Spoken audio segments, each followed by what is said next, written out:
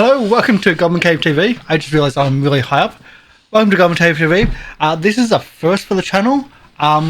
We have a guest physically in the studio. We have Biohazardous K9. Biohazardous K9. Well, you okay? Yes. Just nervous. Okay. So, Biohazardous,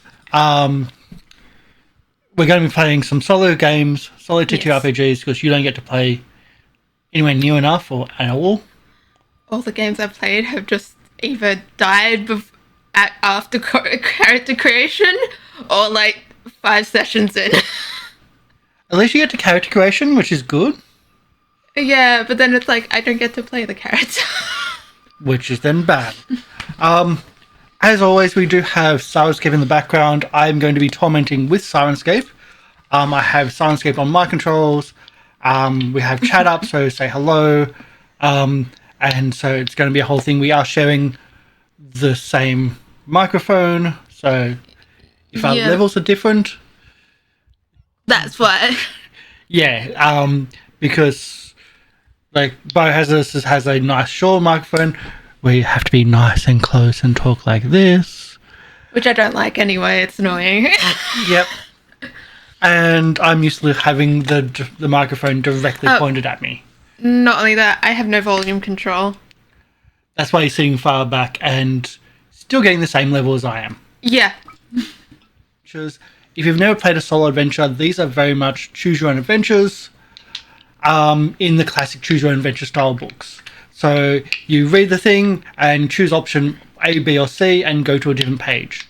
And that's pretty much exactly what these are, or in this case, different paragraphs. I think we decided on Call of Cthulhu First. Quick Death. Yeah. Well, you mentioned Quick Death, and that made it hard because in the pre-show, because RuneQuest, that's the one where I died straight away. Yeah, but I'm dumb. Yeah. I'm stupid. So we'll terrorize first and then see if we can survive. I have never survived this game. I have done Alone Against the Flames several times. I quite enjoy it. And if you want to learn Call of Cthulhu, this is a great scenario for a GM to learn. And also you give it to your players to try out because they can then learn the system as well and get a feeling of just how inevitable their death is, or insanity. And who knows, they might actually succeed. I don't even know if this is possible to succeed. But anyway, the click-clacking we're hearing as well is physical dice. Yeah. Because Bio is nervous, and we don't get to play physical dice around here very often. Not only that, clacky math rocks makes brain go brr. Yeah. So we're going to start off with the snow. I'm going to... The sun is high in the sky, a merciless ball of heat. You feel scorched by the time you reach the bus halt in front of Osborne's drugstore. It's a relief to put down your heavy cases and take off your hat for a moment. You fan your face. It has been a long summer here in your hometown, and yet a curiously empty one. You look across the street at the grubby butcher's shop, the grocer's with its faded awning, and the shabby tobacconist. Mistrustful faces glare at you as they pass, eyeing your clothes and luggage. It was your parents' choice to live here, not yours. You were happy down south as a child among Providence's white-walled houses and leafy churchyards. Perhaps this new job in Arkham will supply the change you need. Yet everybody you know in the world lives here. You know nobody in Arkham, not one soul. You ask yourself one last time if you're doing the right thing. The answer is here. None of your supposed friends have come to see you off. You are alone. Whatever challenge lie in Arkham, it will be a new life and a brave one. A small grey motor coach approaches and rattles to a stop. You put your hat back on and pick up your cases. You can do that one. It's been a long time.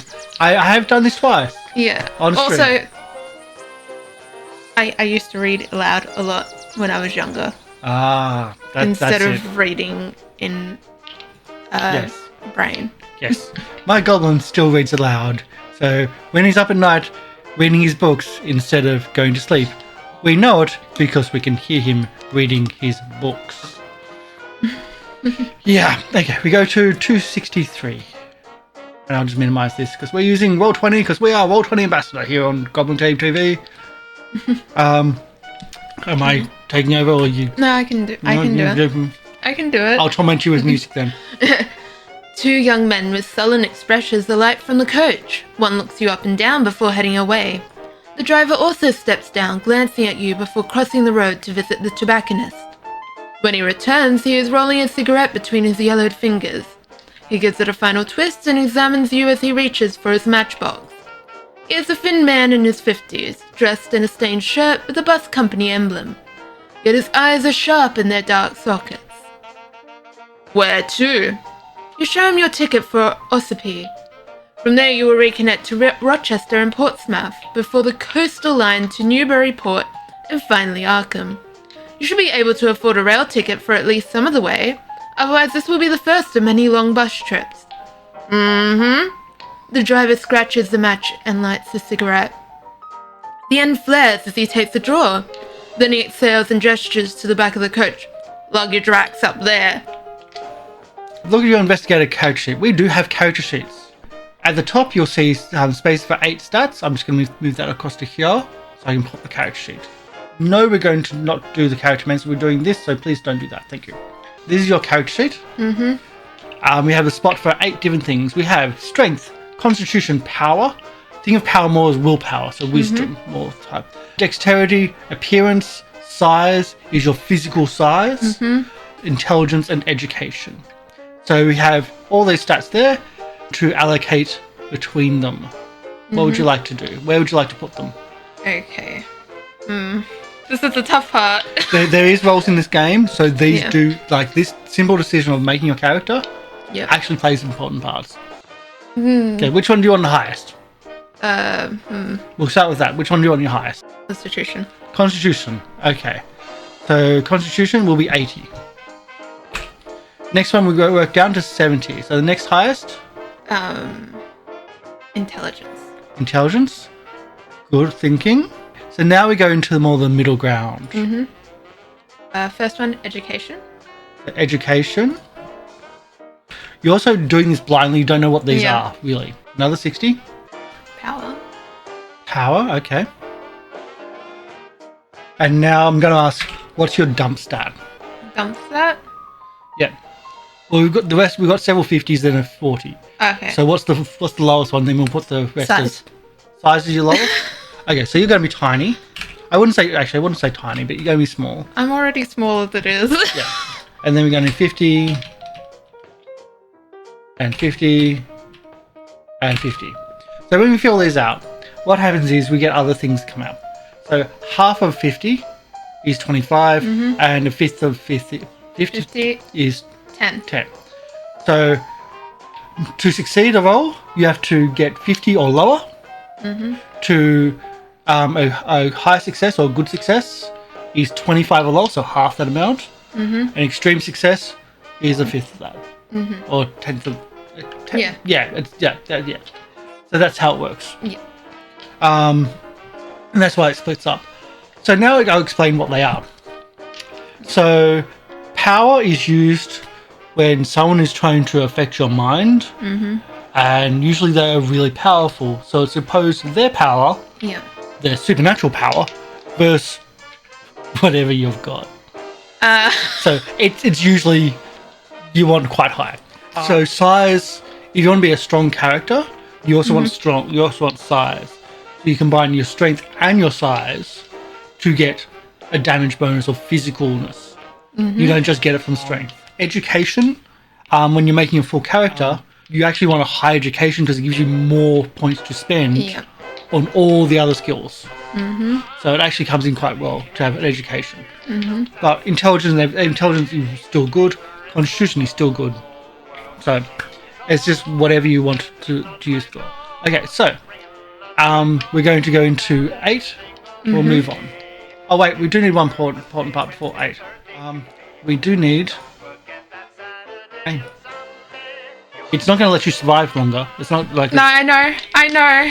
Daniel. Daniel? DAN IEL. AEL IEL. IEL. I cannot spell, but I cannot do that either. Done. So Daniel is your character's name. Mm-hmm. Okay, we won't get into occupation or that, because I don't think we even get into that in this. The driver smokes and watches as you drag your cases to the back of the motor coach. The rack is set inconveniently high on the vehicle. You get a grip on the heavier case. If your size is 40, go to 23. What was your size? 40. So we go to 23. Because it's inconveniently high. And I'm short. You're short. You're elected to be short. These do make consequences. Okay. So, there you go. You struggle for a few seconds before the driver comes up beside you and lends a hand, still puffing on his cigarette. "Heavy bag for a small one?" he remarks. You judge it best to respond with a simple thanks.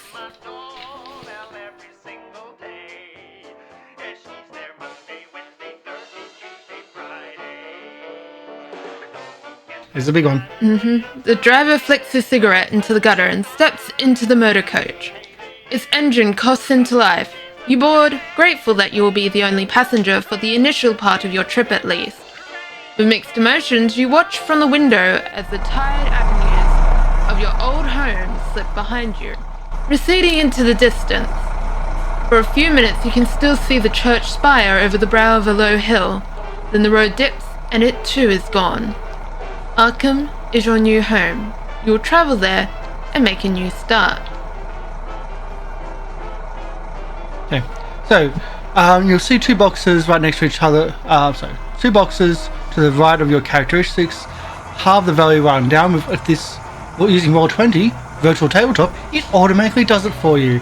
So that's awesome. Kind of why I like virtual tabletops. Yeah. In the strip below, so it does explain that you divide one by 5 and the other one by half, and that's why it's there. The strip below, you'll see tracks that record your sanity and magic points. At the beginning of your sanity is your power. So your power is 60, so your sanity is 60. Again, this is something that's in Call of Cthulhu, you either die or you go insane. This is an out, and this is often how outs work, as in the game will kill you with loss of sanity. Also, there's other things that go with it, but I'm sure we'll find out about that. So then you divide that by 5, I think it says. Yeah, for the value you've just assigned for power divided by 5 is your magic point. Which it already divides there automatically. So, and it's already put it into here anyway. So you got 12 as your max magic points, and there you go. Then we go to 134. I just want to minimize them, keep a track of how many we get through. The coach putters through the countryside. At first the interior is stifling and your stomach lurches with every bend in the road. However, the driver opens his window, and by switching seats you find a spot where the breeze hits your face. You soon relax into the journey, observing the quaint little hamlets that the coach serves. A heavy-set woman boards at one settlement and gives you a polite nod. She gets off at the next one. The road rises a little, passing cornfields and orchards. The leaves are turning and the trees are alive with glorious reds and golds. You have just begun to doze when the driver takes a tight bend at speed. So, at this time we add our size and our con together. And then we divide the total by 10, rounding down. So our size is 40 and size and con is 120. Then we divide that by 10, so we have 12. Is that right? Yes, Okay. I think so. And so that's our hit points. So it's already automatically done that, but we're using an automatic sheet. So if you're used to having 30, 40, 50 hit points, that number doesn't go up. It only goes down. And if lucky, you might get healed over time to go back up. Slow time, and that requires surgery, bed rest in hospitals, the whole types of things. No magic healing here. So you also have a luck score. This is where things go fun. So we're only going to do, because this is only a one shot, we're not going to multiply it by 5, because that would be a lot. We're just going to roll 3d6. Would you like 2 more d6 to roll? No, I'll just roll it 3 times. Okay. Let's go. Yeah, physical dice. That is a 6. 6. Yep. 2. So up to 8. 1. 9. 9 luck. So I know it does say to times it by 5, but on a long running campaign, that's legitimate. You times it by 5 and you spend that luck over time. Yeah. As a one shot, you can just blow all that luck. And how you spend that luck is to pass a roll. If you just miss by 5 on a roll, you can spend 5 luck to make that roll. If you have 80 luck for one shot, you can just blow your luck all the time, knowing that it's a one shot. And that's kind of how we do it. So that's why I try to do like the non-times. Now you also must make a so now I can open that if you want. Now you must make a roll against your dex. So roll D100. So that's the 10s plus the other 10s. So how we do this is one of the 10s have 2 numbers. That's 10s, 20s, 30s, 40s. And then you add the other one, which is just a single dice. 0, 0, 0, 0 is 100, 0 and 1, and we'll show you.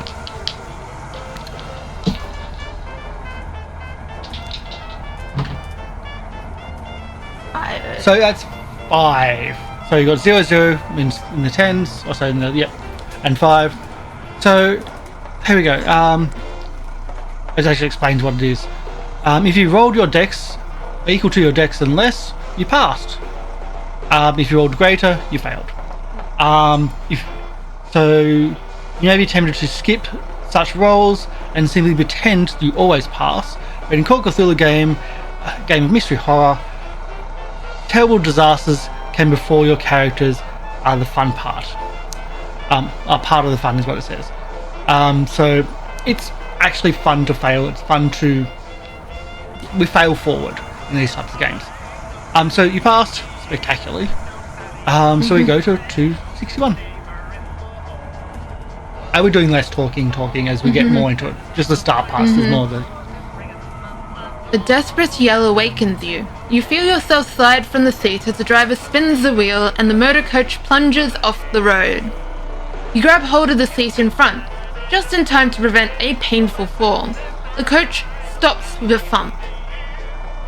Now, you see what has happened. A Fordson tractor has stopped in the road and your driver has had to swerve to avoid the steel obstacle. He leaps from his seat into the road, unleashing a string of curses at the farmer.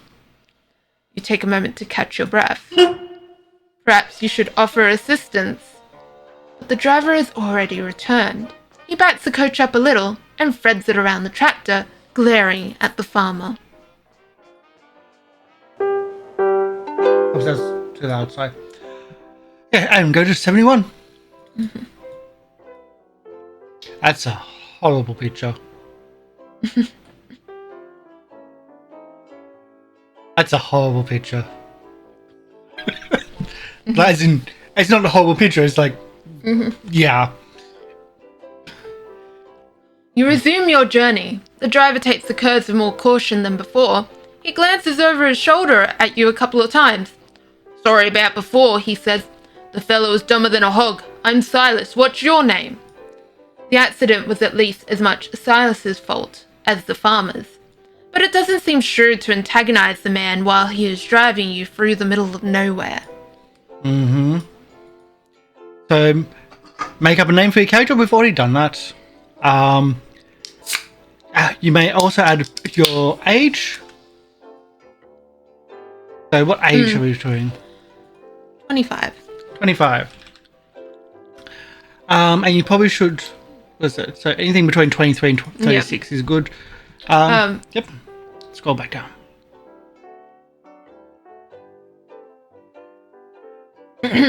The coach turns onto a narrow road, which weaves uphill through woodland. Silas becomes chatty. Going to Arkham, eh? Can't say I ever heard of the place. Went to Boston once. Didn't like it. Too much hustle and bustle. You got family there? A special someone waiting? The afternoon is wearing on you. You see no harm in confiding in Silas about your new life. A job, eh? What's your line? So, what job are you? Antiquarian? Doctor of medicine? Journalist? Private investigator? Professor? Private investigator. Okay. So, private investigator, we go to... By the way, private investigators, not always a good choice. Just because you're putting yourself into danger by investigating the mysteries of the world, which are going to drive you crazy. Great skills, but those skills will get you into trouble and lose your sanity. Mm-hmm. There you go. So, I guess we can also fill out occupation on the... Yep, we will. Because I can't spell. I could have put it in for you. I can spell. Done. Private... I can't even spell I. Okay. That's just me.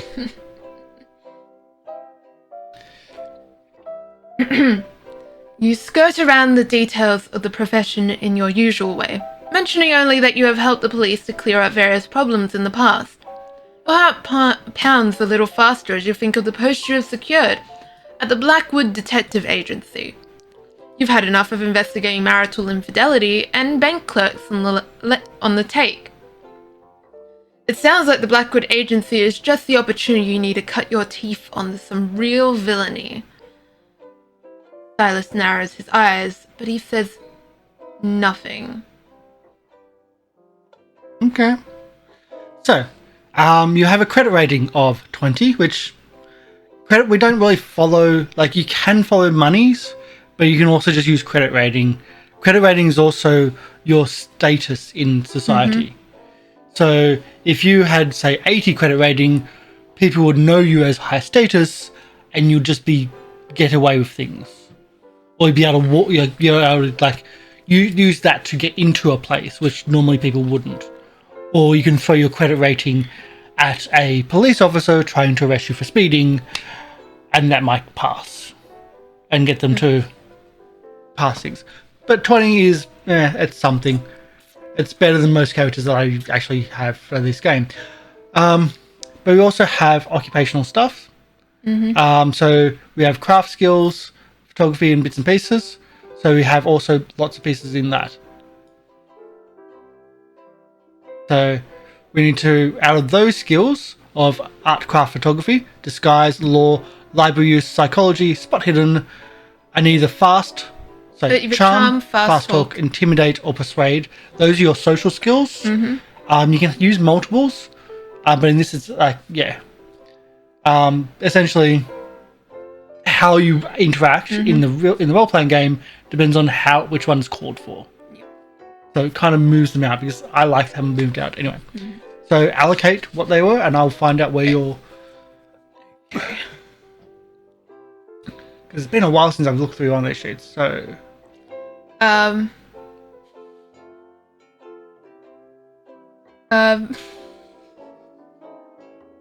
What? Have the highest one in charm, please. Okay. I'm not taking that, but okay, I'm gonna have to bring a calculator in. What was the number? 80 was it? 70. 70. Yeah, 70. Oh, it's just 85, isn't it? Yeah. I will take these, but yeah. 85% in charming. Mm-hmm. Okay. Okay.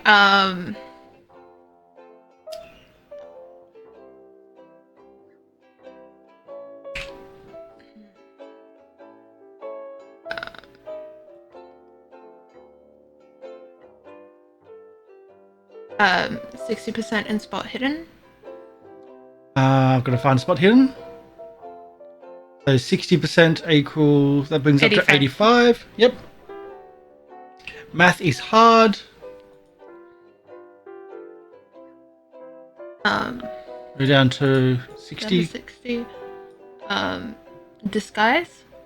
Ooh, sneakies. So that will bring up to 65. And then 2 dump stats, essentially, and we'll put the 50s on the others. Mm-hmm.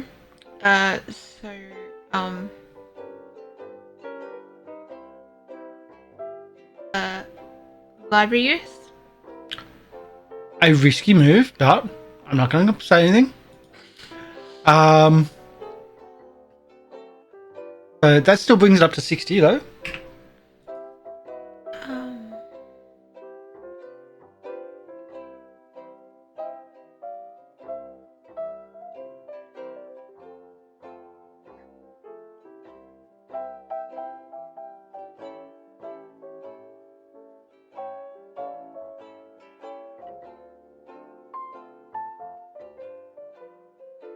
So we've got law, art, craft, photography, psychology.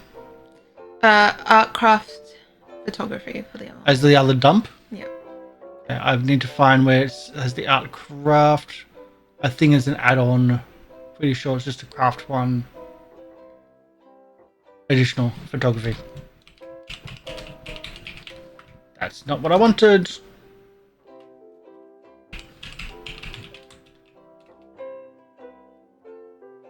That's still probably worse.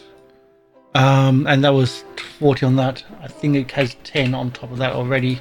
I know it's wrong. I know it's wrong.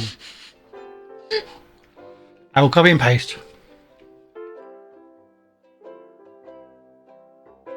There.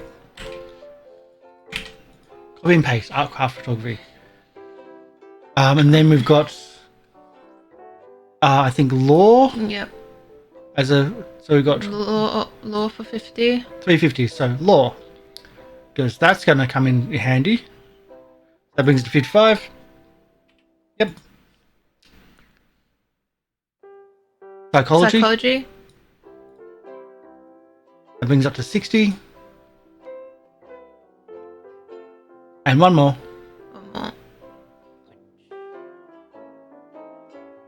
Maybe it's another one.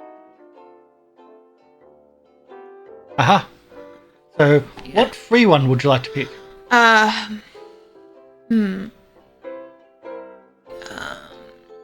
There's a lot of different skills that you might not be used to. I'll scroll up so you can see them all at once. I will say you don't want to use computers. That's not really going to happen. Yep. Locksmith. Locksmith. Okay. So it goes from 1 to 51. Okay. Just better than 50%. Okay, so we've mostly got our character sheet finished.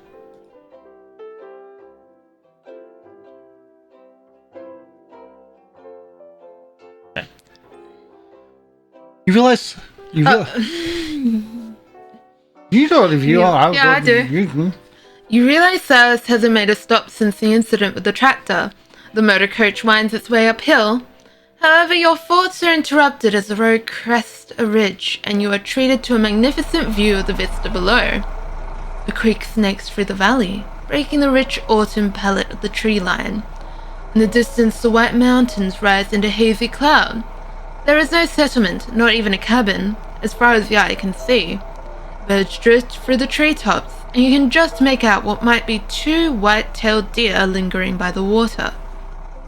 Perhaps you are making a mistake by moving to the city. Could you survive on your own in this lush wilderness?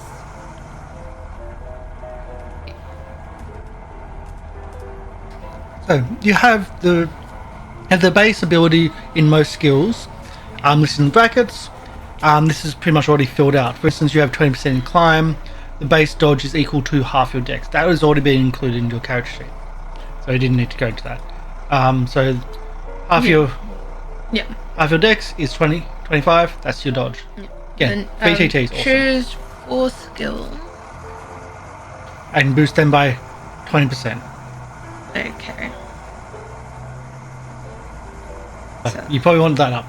Yeah. It's like, I just minimized that. There we go. Yeah.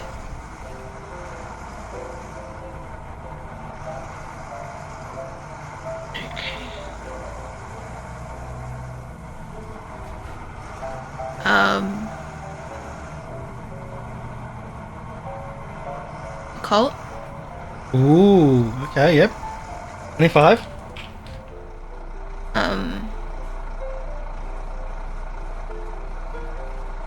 Track.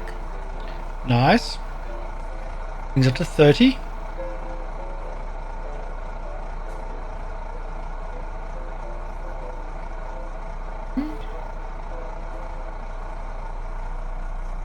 Archaeology. You got 2 more. Oh. Archaeology, yep. One That more. was one more. Natural world. Okay. So natural world is understanding animals and nature, etc. So it brings up to 30. Now, even though there's low stats in some of them, you can always roll. Like, medicine's got 1 in it. You can always try medicine. Or try operate heavy machinery. It's always an option. The ones you can't try, though, is Cthulhu Mythos. That's one you get granted from bad things. Because Cthulhu Mythos is your knowledge of the unknown world, the freaky stuff, the hidden mysteries, and that breaks your brain. Yes. Because the more you have in Cthulhu Mythos, I believe, the less your maximum sanity can go. Ooh. Yeah. It's a thing. Let's go to 144.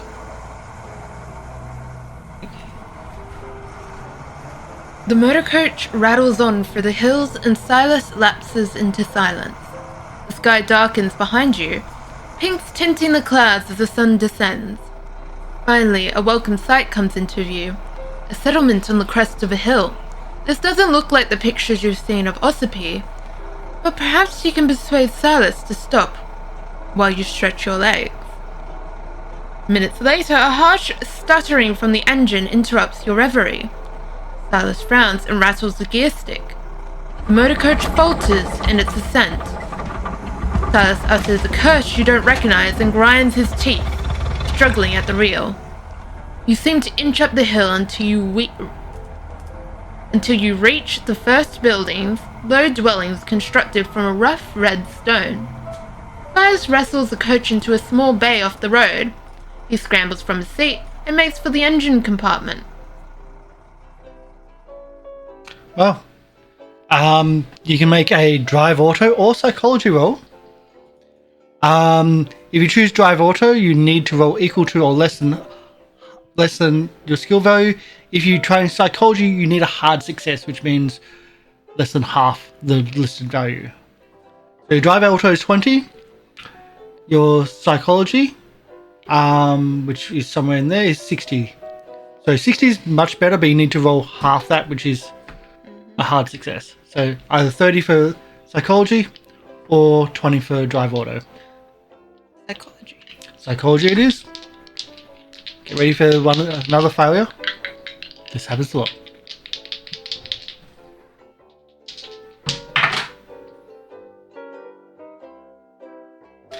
This happened. Okay, so 58. You didn't succeed. You didn't. So if you rolled a hard success, no. If you failed, go to that one. So 94. 194, yeah. Let's minimize these out of the way. Okay. Silas opens the engine compartment open and sticks his head inside. The hot metal pops and sizzles. He pokes at various components and withdraws and wipes his brow, smearing it with dark grease. I ain't sure what's wrong. Might be the oil pressure, might be something knocked off kilter when we took that spill. Can't do much until the engine cools neither, and with the light failing, I reckon we'll be here through the night. He wipes his hand on a rag. The shadows from your surroundings are already long, and the air is chilly. You feel stiff from the journey, and a night in the rickety coach sounds unappealing. Silas sees your dismay. This here's Emberhead, miles from any place. I only come through twice a week, but the folks here are good people. May Ledbetter keeps a spare room. She'll look after you. Up that alley, turn right, first house on the left. He scratches his cheek, looks again into the engine compartment, and spits on the ground. Meet me back here at 8 in the morning, and we'll see how we stand. Okay. So, do you look for May Ledbetter? Ask Silas where he'll spend the night, or challenge Silas about the breakdown?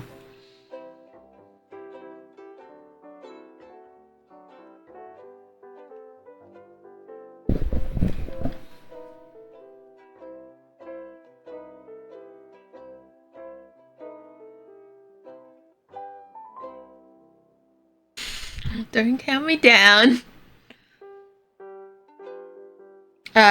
Look for May Ledbetter's house. Okay.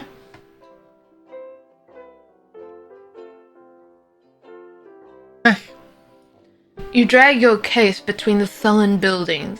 You feel surprisingly wary, considering you have spent all day sitting down. Silas's directions lead you to a modest dwelling with a slate roof. A nameplate reads Ledbetter, and underneath a sign in neat copperplate reads Lodging Room. The lane around you is gloomy, but a lamp flickers in the window. A breeze chills your face. You're not about to begin your new life by sleeping in the street. You rap on the weather-beaten door.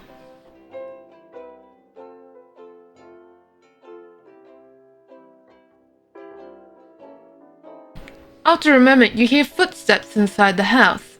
A bolt is drawn back, and the wooden door swings open. A figure with loose curls and a rough-looking house dress peers at you. Her gaze takes in your traveling suit and your cases. Her voice has a slight Irish lilt. Don't try the voice. Not. Don't try the voice. I'm not.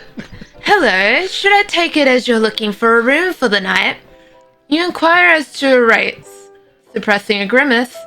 As far as you see, the village does not offer you many alternatives. Oh, you'll find them very reasonable.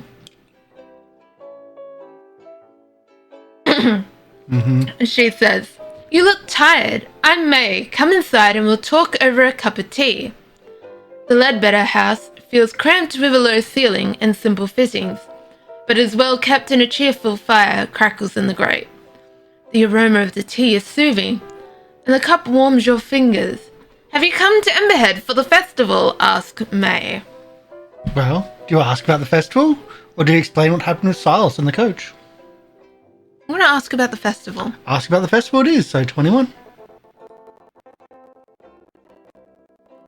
And your side? Well now, I suppose the festival is about the only reason folks come to Emberhead.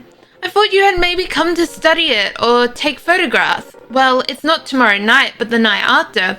I suppose it looks very strange to a passerby. May tops up your tea. The spout chinks against your cup. We got the beacon, you see. One night every year there's a torchlit procession and we light the beacon on the cliffs. You've never seen the like of it. They say it keeps the spirit of the village alive for another year. It's the celebration. The celebration. She trails off for a moment and blinks. But you didn't come here to listen to me blabber, and you must be hungry. I can rustle you up a bit of stew. How would that be? You ask again about her rates, and May names a price so low you accept it without hesitation. The room is small but comfortable, and the stew dark and hearty. After dinner you have a couple of hours before your usual bedtime. So what would you like to do? Would you like to talk to May more? Ask around about to get your bearings? Walk around to get your bearings? Or turn in for the night? I'm gonna go for a little adventure. I'm gonna walk around and get your bearings. Okay, we'll go to number 75. And move to your side again. May's brow creases when you announce your intention to take a stroll. Mind how you go, she says. Emberhead's surrounded by cliffs, and we don't have your fancy street lamps here. Take the lantern and watch your step. Outside you see what she means. The sky is overcast and only a few glimmers of moonlight peek from the clouds. Without the heavy lantern, you'd be walking in near total darkness. You cannot hope to get an overview of the village tonight.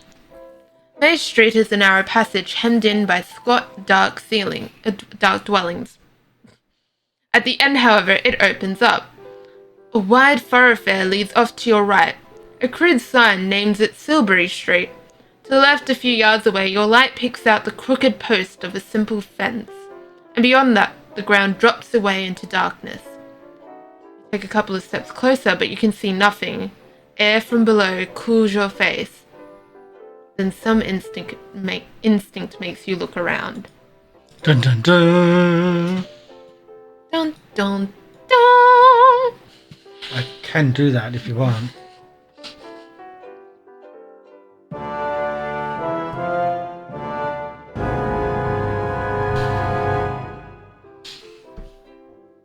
An ink-black figure stands in the road about 20 yards behind you. It stares at you. You form the sudden impression that it will run at you and throw you over the cliff edge. This is unsettling. Seeing it has been spotted, the figure slips down an alley. Do you safely return to Ledbetter? Or confront the dark figure? As a private investigator.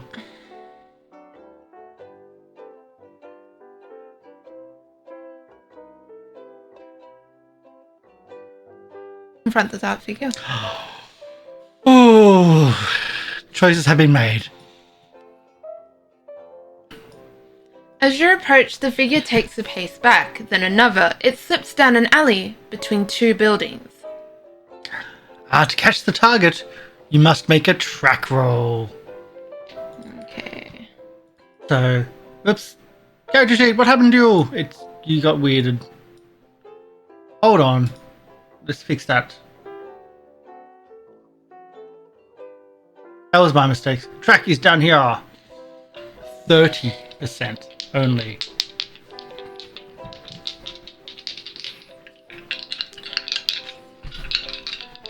There's lots of shaking, lots of nerves.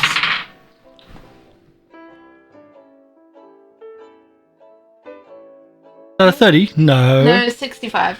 I was saying that's not a 30, that's a 65. So that's a failure. It's okay. It's okay to fail. We fail forward. You missed your track roll.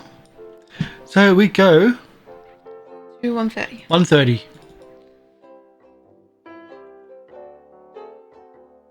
The figure moves fast with almost silent steps. You are hampered with a heavy lantern in an unfamiliar environment. You emerge from the alley into a dusty courtyard and can detect no sign of your quarry. You scratch around for a few minutes, but the figure is gone. It seems unwise to continue your stroll through unknown dark streets while this threatening presence is abroad. You head back to the Ledbetter house. May lets you in and settles back in her chair. Soon she begins to yawn. I believe I'll turn in. When would you like your breakfast?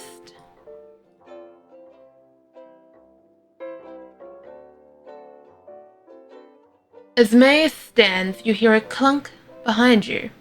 You look over your shoulder, but all you can see is a wooden door securely closed. May tuts. The young lady of the house, she'll have been listening to us. Ruth, come and greet our guest.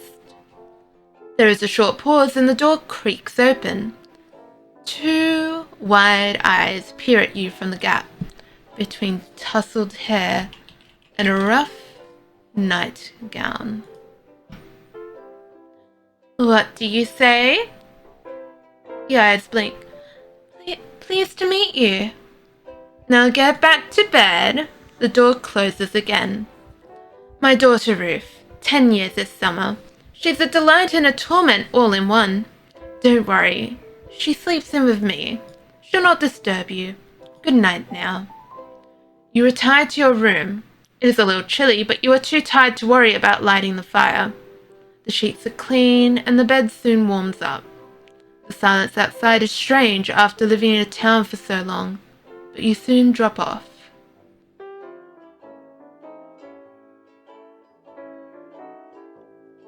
One day. We survived a day.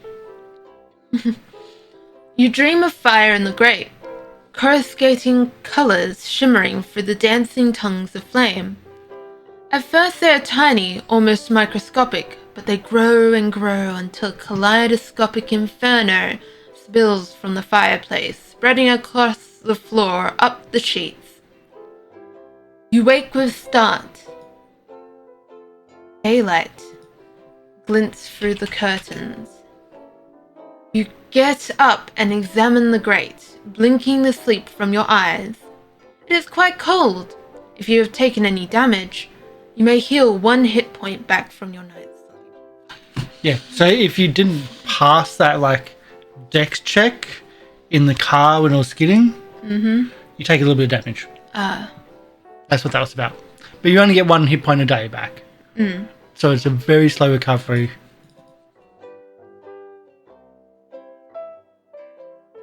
May seems to have no running water, but has supplied some in a ceramic jug. You freshen up at the washstand and go in. She cooks a hearty breakfast and leaves you in peace to eat. At about 7:30 you are paid up, packed and ready to go. You bid May goodbye and she wishes you the best for your new career in Arkham. Okay, so if you succeeded a roll last night and wish to investigate the results, go further. I don't think we succeeded a roll last night. No. So otherwise we go to 192. And move that to there. You're already tired of your heavy bags. Hopefully Silas has repaired the motor coach and you can resume your long journey. A sourpuss he might be, but the old drivers seem to understand his vehicle well enough. You pause to check your watch, still 20 minutes early, and round the final corner. The motor coach is gone. You put your bags down and search the area, trekking up and down slopes and around corners. At the edge of the village, you trace the long road back as it winds across the hills. 8 o'clock comes and goes. There is no coach to be seen. A passing villager notices your bags. Looking for the bus? I heard him take off at first light. He's due back in 3 or 4 days. If you need a place to stay, May Ledbetter rents a room. The man raises his hat to you and strolls on into the village. You curse Silas under your breath. Perhaps he went for parts, but you wonder if the old goat has stranded you here on purpose. How's he feel about that guy? Oh, you should have said something. Wait, This is another... Yeah.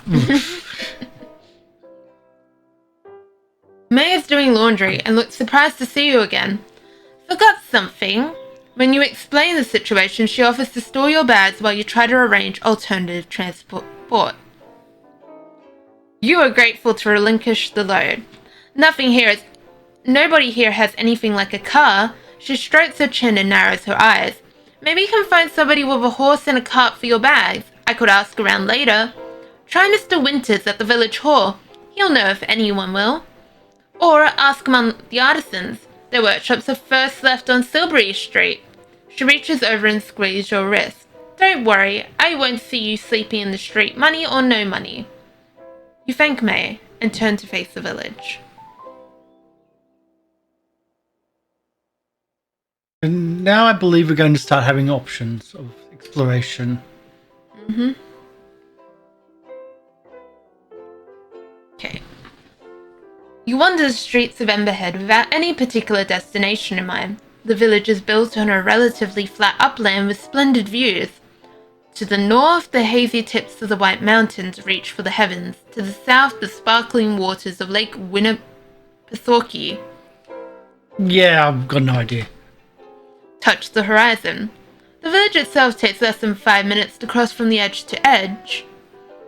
You arrived on the winding road to the west. The only other road leads to the south, following a lower ridge of land as it turns east.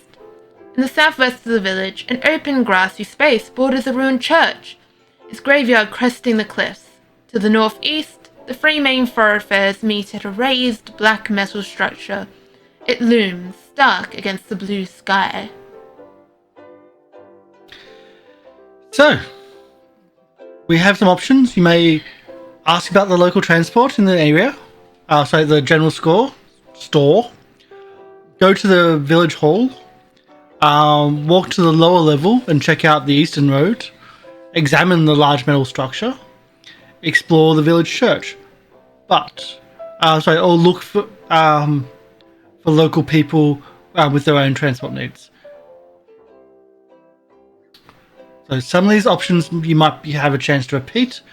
Sometimes you don't. So choose wisely. Village hall.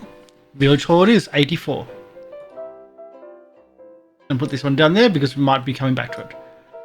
The village hall backs against the cliff at the east end of Silbury Street. It's the largest building you've seen so far in Emberhead. It is, however, locked and shuttered. You walk around it, peering through gaps in the shutters. There seems to be one large room, presumably for community meetings, and a smaller annex that serves as an office and archive. One of the windows is bricked up. Back at the main door, you can see no posted opening hours. Mr. Winters doesn't open up mornings this time of year, says a grey-garbed woman passing by. Best come back this afternoon. You ask whether the office has a telegraph. Don't know, she shrugs. Who would we call? You'll have to try again later. So the village hall only open in the afternoon, apparently. Mm-hmm. Okay. So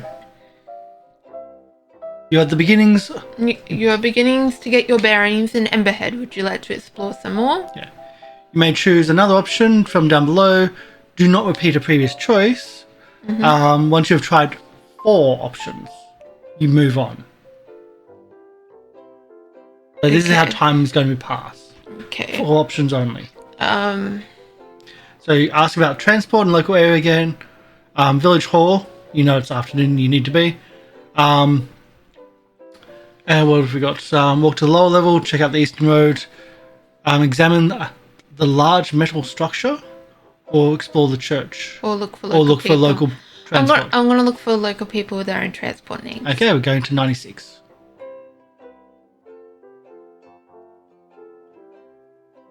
Not far from the Leadbeater house on the north side of Silvery Street, there is an open courtyard.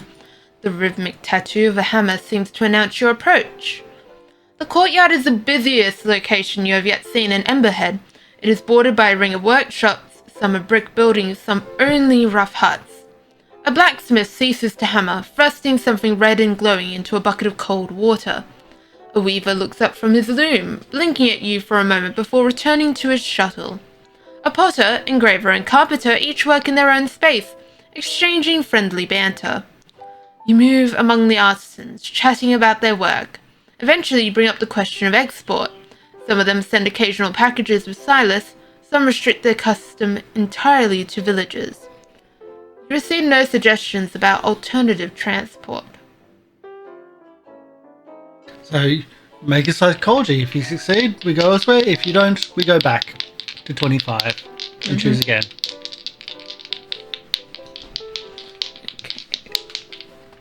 We're looking for 60 or lower? 86. Okay, so 86. We're not doing much succeeding in these rolls, but that's okay. This is a game where you roll a lot of dice. So failing on rolls happens a lot because you're out of percentages. So we go back to 25. So that one's a bust. We've done, what was that? What was 96? Yeah, we've done... So we've done that one. We've done that one and we did the Seek Out the Village Hall. Yep. So I'm going to walk down to the lower level and check out the eastern road. Okay. Eastern road it is. The air is fresh and the walk down to the lower ridge invigorating. You notice cultivated fields stretching through the lowlands around Emberhead, and among the crops, some livestock but no horses. Are you going to have to make your onward journey on foot? Further down the road skirts the edge of the ridge and descends. There are a few scattered hovels here, with signs of habitation. They are set a substantial distance apart. As you examine them, a door opens and an older man steps out. He wears a bedraggled suit, but carries a piece of cloth which he tosses over his head like a hood. As he does this, he sees you and freezes. Okay, so in this case, we didn't times by 5 for our luck, but we will times our luck by 5. So 9 by 5, I believe, is 45. Let's get the calculator. Yay, I do math. 9 times 5 is 45. Oh. That's a thing. Ow. And that's a boop. This is why we don't use physical dice. 44. You passed your first roll. And it just happened to be a roll. It's not I would say it's not important, but it's not a tickable roll. So any of your skill rolls, when we pass, we tick it by, or in this case, we actually click it. And that when we level up, we use that to know which ones we passed for leveling up. These ones up the top, we don't actually do that. So Yeah. that's a bit of a, but we did pass a roll finally. So you made a luck roll, you succeeded. Let's go to 27. 27. I'll move that there, and get things out of the way. The man looks up at the village, scanning the cliff tops. You get a brief flash of his face. There is something unsettling about it. Then he turns to walk away from the road. But as he does, he raises a hand and slowly beckons to you. Does the private investigator investigate? I'm gonna follow the strange man. Even though I didn't hear that. I'm gonna follow the strange man. Let's go to 142 and see where this goes.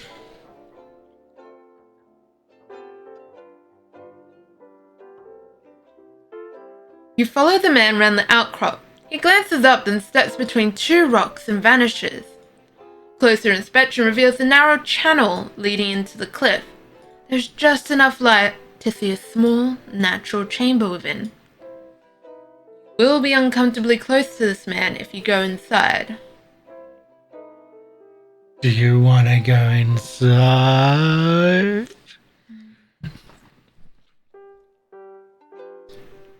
It would be unwise. But you are an investigator. Yes, but the intelligent thing wouldn't be getting close to someone that you don't know the intentions of.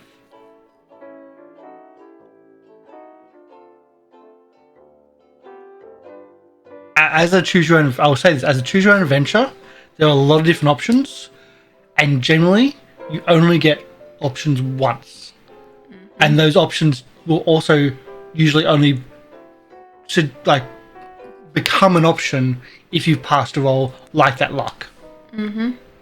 So you've got this chance once. The rabbit hole is only opened up once.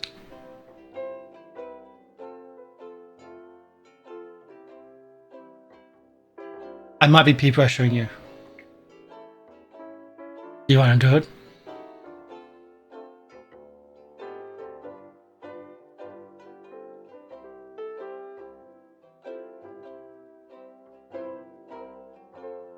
What's the worst that could be happened? Getting stabbed. Nah, you get a sanity roll before stab. This is Call of Cthulhu. You'll lose sanity before you'll die. Mostly. Sometimes.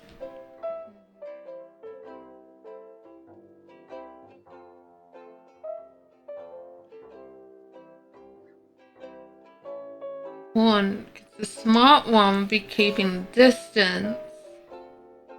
But you know something's off. You've got suspicions at least. Something is off, but also... Don't you want to know what's... He's begging you hey, shh, come here.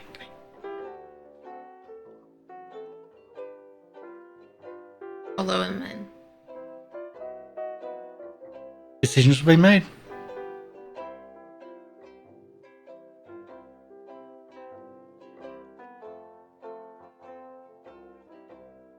And with this as well, you're also with weary steps.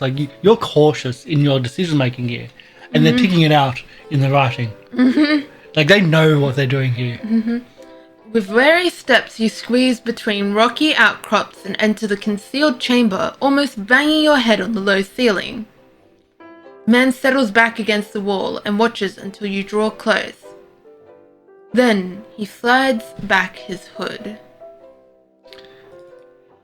I was just kidding that you'll make a sanity check before this. I didn't really know.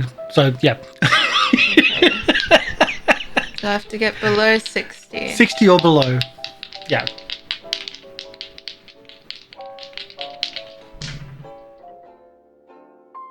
Yeah, that's 20. So you passed. Hell yeah.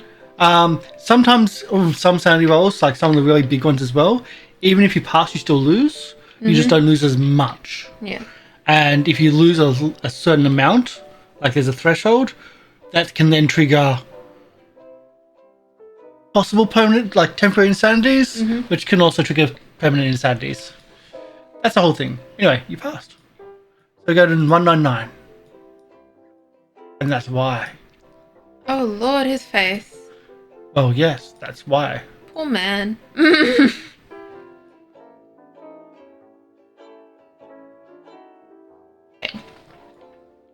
Some of the man's face remains. A strip from the side of his jaw to his right eye socket is healthy and pale, if aged, but the left side is consumed by angry scar tissue. One eye droops, hooded by melted flesh, and the nostril on that side is pulled open to leave a gaping hole. The disfigured man studies your reaction with his one good eye. Name's Aborgust, Willard Aborgust. Guess I don't need to ask what brings you to Emberhead. Well, do you claim that you were here from the Flame Festival? Or do you came to here because of Silas? Which one? I'll admit that Silas has stranded me here. Okay, so we're 214.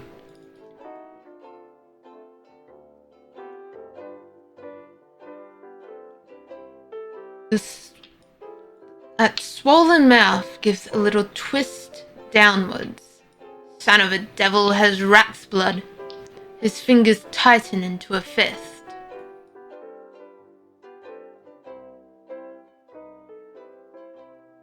Aborgust fixes you with a lopsided yet intense stare.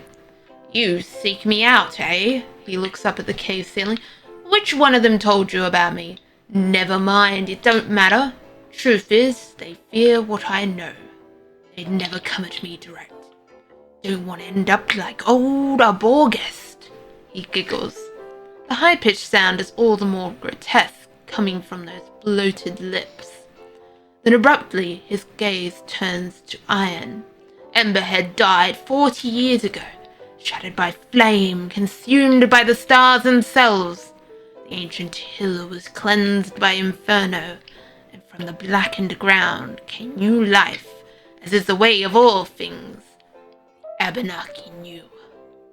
Aborgust wipes his nose on his sleeve, except none of that happened. The flames were turned away, the necessary death postponed a year and a year again, and now those up there, he stabs a scrawny finger at the ceiling, think themselves saviors of the village, think they can defy the great old ones. Yeah. I'm not even going to try and pronounce that one. Yeah. That? No, I can pronounce that one. Yeah. Kifuga.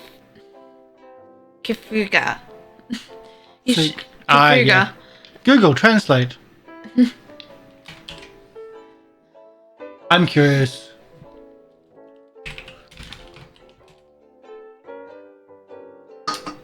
I hate it because it's got TH next to it. Yeah, it's not going to give me anything. That's fine.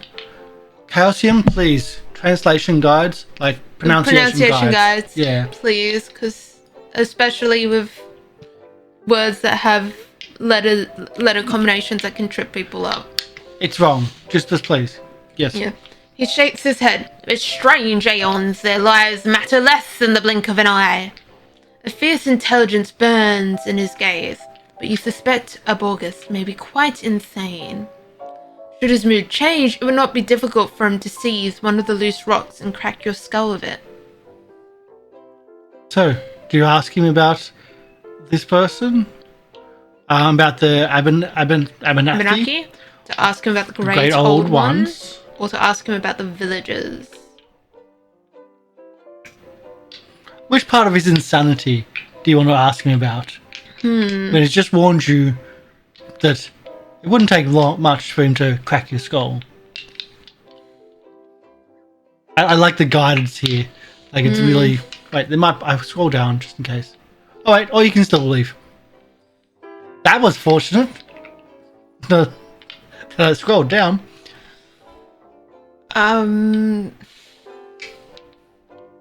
Again, these only open up once.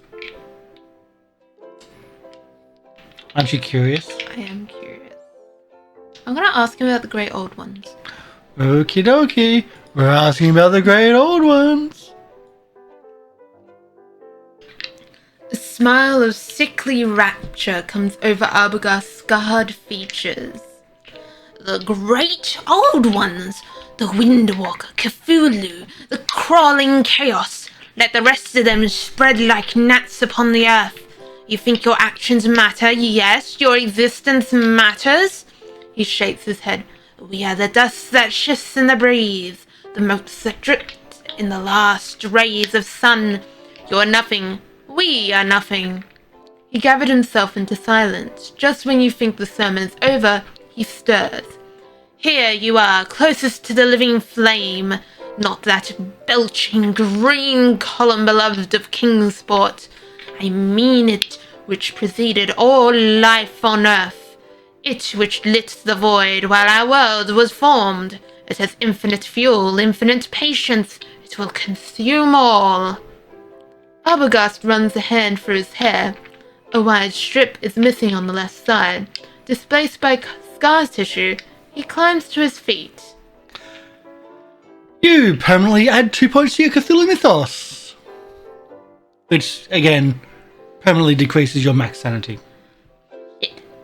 By the same amount. Isn't counted for in the sheets, but yes. But you just learnt about the bad stuff. Learned about the bad stuff. Mm-hmm. We're going to minimize 25 because we're not going back to it instantly yet. Okay. Mm-hmm. Arbogast pauses in the shadows. There's something about you, something the previous ones never had. Perhaps you can make it through.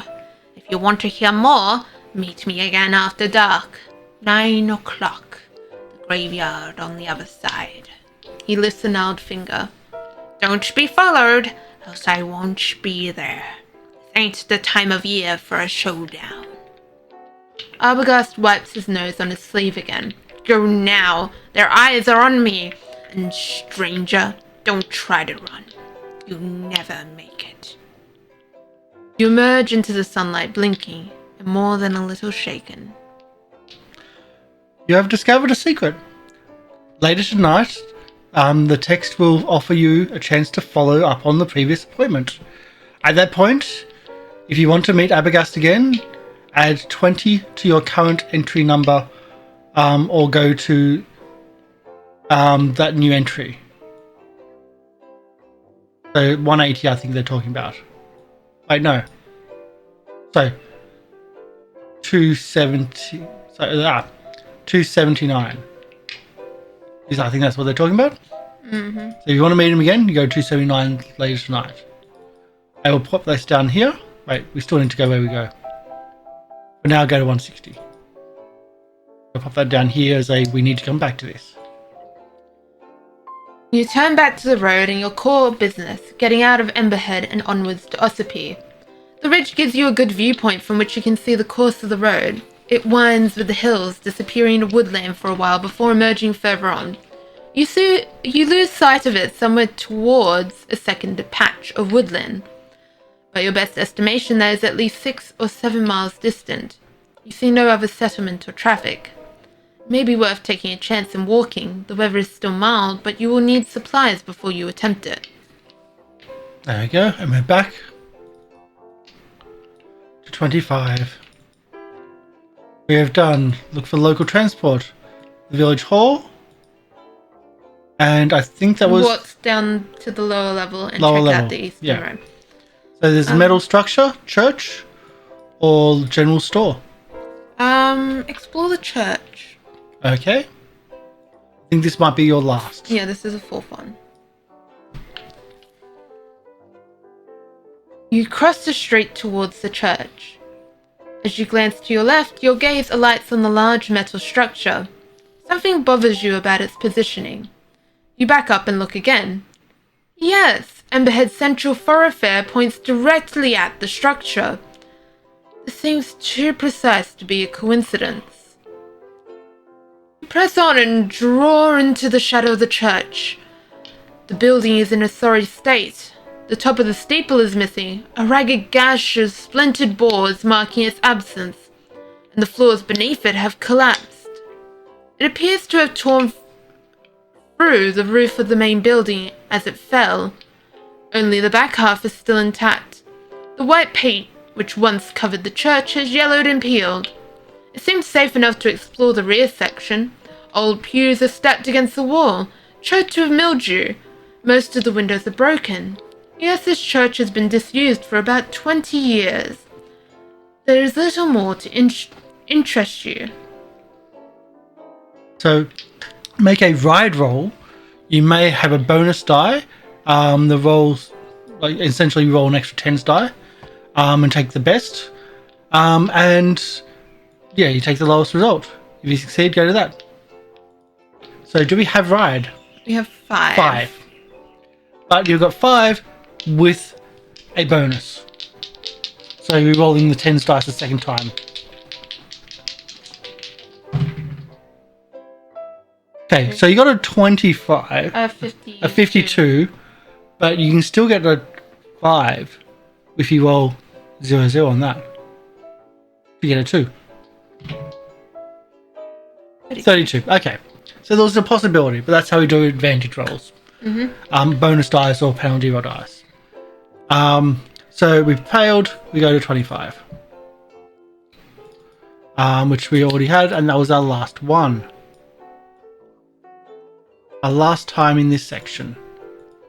So we go to 3. So we go to 3. So you may not do not repeat, then you go to 3. Your morning exertions have left you hungry. You roam the streets of Emberhead looking for sustenance. There is nothing resembling the busy cafes of your hometown or anything that might be called a restaurant. It's beginning to look like you have to get supplies from the general store when May Ledbetter comes down the street with a girl trailing in her wake. This must be Ruth. As she notices you, she races past her mother and approaches you with a smile. This is a different Ruth from the shy creature of last night. As she reaches you, she stops and stretches her arms up in celebration. She looks up into your eyes. Abruptly, the smile drops from her face and she looks several years older. Get out before the festival, she hisses. Get out! She blinks hard, then scuttles back towards her mother. May approaches, wrapping an arm around her daughter's shoulders. She smiles. How are you getting on? Have you found transport? Startled, you explain the frustrations of the situation. I try Mr. Winters in the village hall. He's always in of an afternoon. You'll be hungry by now. Help yourself to any food in the house. The door's not locked. You glance at Ruth, where she has squirreled herself behind her mother's leg. Her eyes implore you to silence. I was not quick enough, but I was like trying to adjust the reverb for like really quick, like get out now. I wasn't quick enough. So, asking Ruth about what she just said, although her eyes are saying shh. Ask May about what Ruth just said, or just say nothing. I'm gonna say nothing. Okay.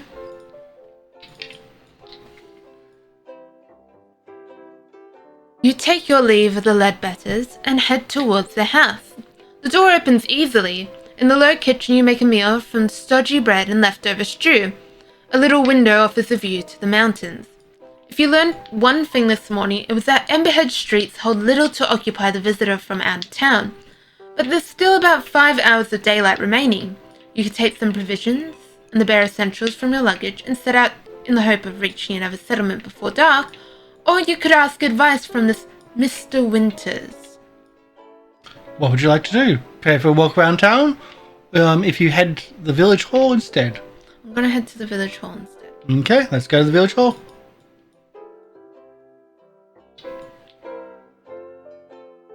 The village hall overlooks the lower north ridge of the village.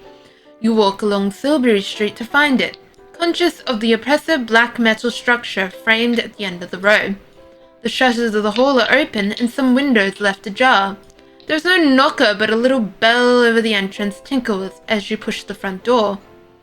Inside, a sturdy door to your right is marked Private. To your left, an opening leads through to a bright room. You take a few steps inside. Benches line the walls, and there are 2 notice boards mounted between the windows. Okay, so do you examine the notice boards or knock on the closed door?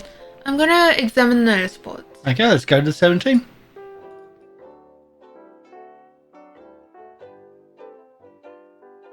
The floorboards creak beneath you as you cross the room.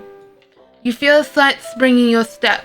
Perhaps this room is used as a gymnasium for the village children.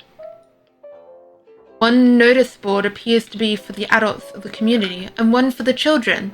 The former looks neglected, featuring handwritten advertisements for household items and a yellowed note about telegraph pricing. There is nothing about the festival. The children's notice board has a schedule for weekly creche services and a number of paintings, obviously done by the children themselves. Most are incoherent, though colourful. As best you can tell, they depict fireworks, or perhaps the tale of Joseph from the Book of Genesis. One has lost a pin and hangs upside down. It shows a giant bird attacking Emberhead. Or it might simply be that the artist has not yet mastered the subtleties of scale. So, let's try a spot hidden. Okay. I believe you put some points into this one. Yep. 85%. So to get below 85. Mm-hmm.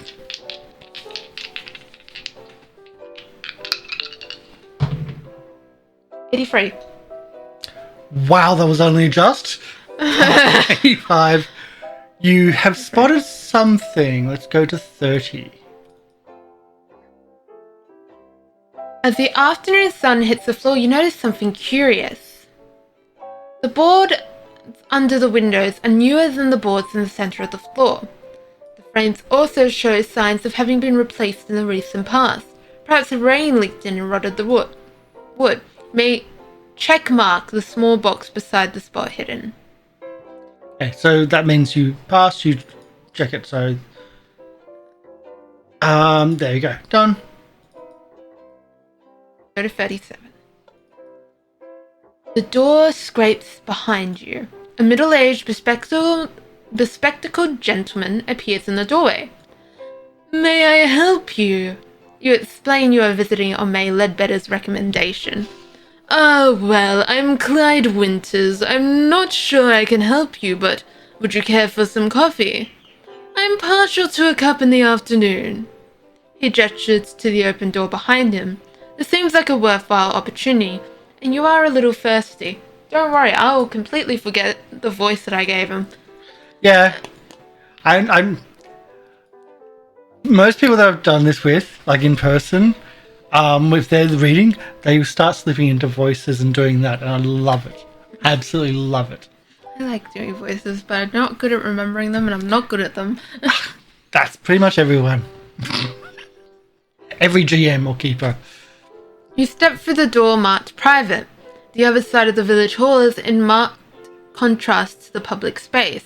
The room is compact, lined with shelves of books and files, alcoves.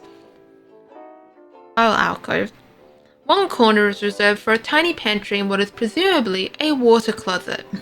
Toilet. Yep, I know what a water closet is. Yes, toilet.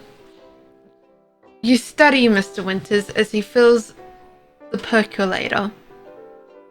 Although thin on top, his hair is oiled and neatly swept back.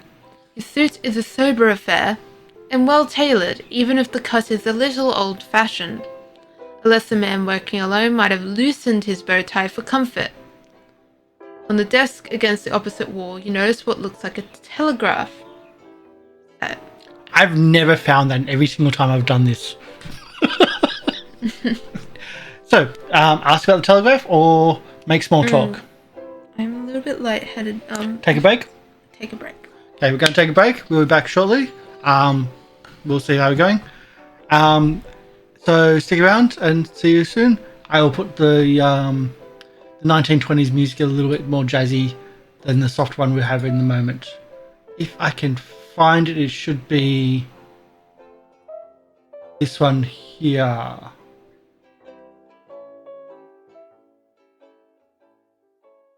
There we go. That's the jazzy one. We'll be back soon. See you around. And we're back for part 2 of Can we have Biohazardous K9 die to something or go insane in Call of Cthulhu? Yeah. I didn't ask, like, you haven't played Call of Cthulhu, have you? No. Okay, so this is your first. The first time playing it. We need to die insane. We'll see. For the perfect. We'll see. Session. It would be hilarious if I don't. It'll be annoying because I played this several times and haven't not died and gone insane. Or both, or yes. Yeah. But let's get back in. We were in up the to church. making. Yeah. Oh no, we're in the town hall. So town hall. With Mr. Winters. There's a telegraph there. So we can either ask about the telegraph immediately or make small talk. And me, I hate small talk. So just straight out. Well, we're gonna talk about we're gonna ask about the telegraph immediately. I'm not going into small talk because I don't. Small talk irritates me. No spoons. No, it's just I don't know what to do with small talk. It's very awkward and uncomfortable. I feel the same. The telegraph. Much as we value our isolation, we do need the link sometimes. You were hoping to send a message. I must apologize. The line has been down for 2 weeks. I reported the fault, but of course, they're not so speedy when the problem lies in a rural area. I'm expecting a repair the day after next. I do appreciate how frustrating this must be. The coach is due in 3 days, but I think he's going west. Perhaps you might engage a wagon. One of the farmers might... You explain that you have asked a few of the residents already, but to no avail. I tell you what. Winters pours you a steaming cup of coffee. The dark liquid smells rich and strong. When the repair crew arrive, I'll ask them to take you back with them. How would that be? They might want $1 or $2 to grease the wheels. The day after tomorrow. It's less than ideal, but it's the first real opportunity you've had. So do you thank and leave, or ask about the library, or complain about the service of the NBN? Sorry, I just had to. I have to agree, it's pretty much NBN. Yeah. Yeah, this is pretty much NBN, yeah. Just ye old NBN. I mean, I'm still using telegraph lines for this internet connection right now. Because, yeah. I'm curious. I do want to ask about its library. Okay, let's go to the library. I like books, okay?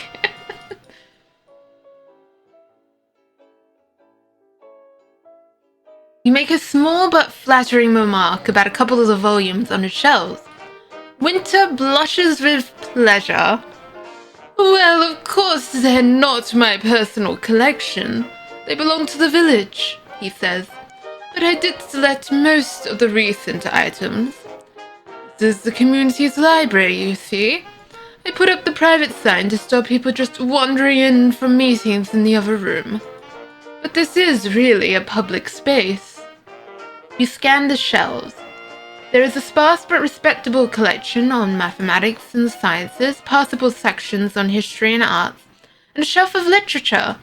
He has a few lowbrow novels tucked away in a corner with tatty copies of Bizarre Tales magazine. Quality does not always equate to popularity, I'm afraid. Winters gives you an apologetic smile. So take the time to do some research, or there's still light, you can go back outside and explore the town. You should have some in library use. I'm gonna take some time for some research in the library. Okay. 68.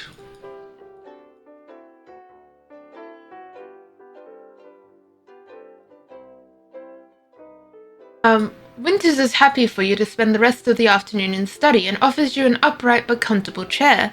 You have enough time to pursue one line of research in depth. So, history of the area, festival, something about the sciences, some weird fiction. I'm kind of curious because of the warning about leaving before the festival. So I kind of want to read about the festival. It's getting to you, isn't it? Yeah, it's getting to me that I get told by a 10-year-old girl to leave before the festival, to run, to just book it out of there. I love how this affects people.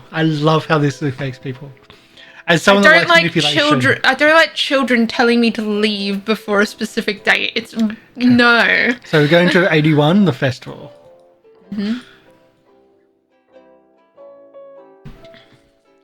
You are not surprised to find there is no published word on Emberhead's festival.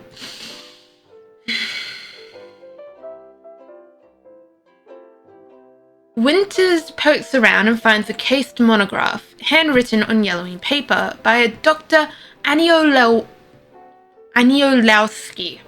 Well done. An acquaintance of my father, I believe, Winters says. The manuscript is somewhat difficult to read, and you make slow progress. Aniolowski speculates that the festival has its origin in pagan rites brought over by Celtic settlers, which celebrate the ancient festivals of Beltane, Samhain, Imbolc, and Lughnasadh. I don't know how to pronounce that one. I know Beltane, Samhain, Imbolc. I'm pretty sure it's Imbolc. That one I've never heard before. Close enough. There is some discussions of the struggle between the seasons and a couple of oblique references to the alignment in Emberhead. Aniolowski suggests that the meaning of the festival slowly changed around the time of the century. I feel a sneeze coming on. If you feel a sneeze coming on, tell me, I can mute. Oh, it's doing the thing again. I'm used to muting myself, but I'd say slap me, but please don't slap me, so I can mute it, but yes. It's fine. It did the thing where it's like, you got a sneeze coming on, and no. Super annoying. Where are we up to? Alignment in Emberhead. Aniolowski suggests that the meaning of the festival slowly changed around the turn of the century.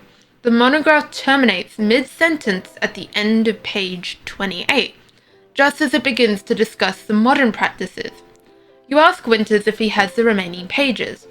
No, I'm afraid those have been misplaced, he says. Perhaps they're still in the library somewhere, but... He shrugs. I must make the time for a thorough stocktake. 99. The afternoon wears on. You have not quite finished your reading when Winters glances out the window and stands up. He clears his throat. Oh, credit rating. 20. 20. I remember this one.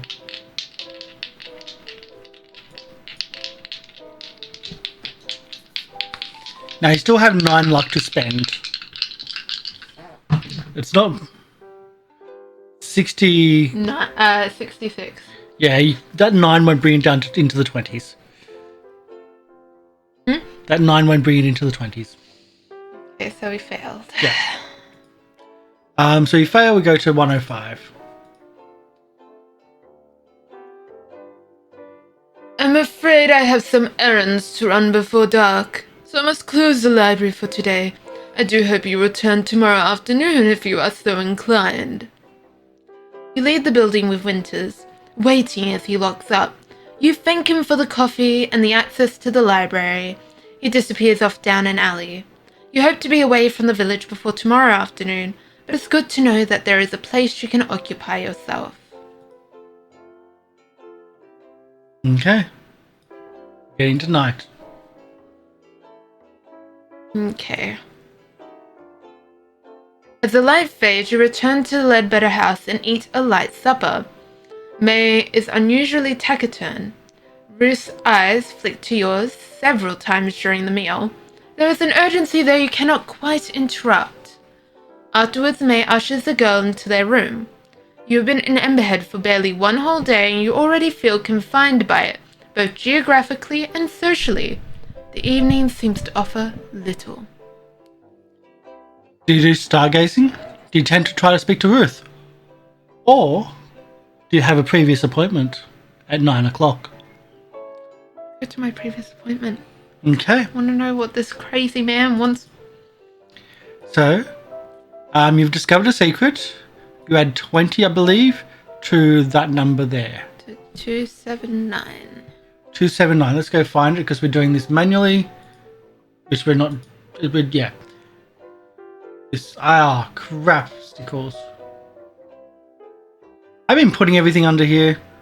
As you can just see. That's me being bad. I'm just trying to organize. Oh boy.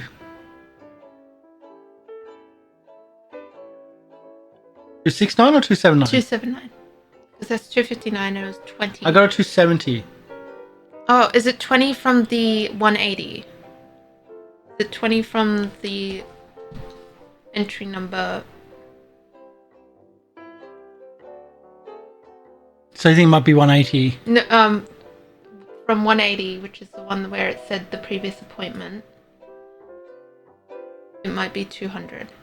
Ah, okay, yes. It's not as clear as it probably could have been done.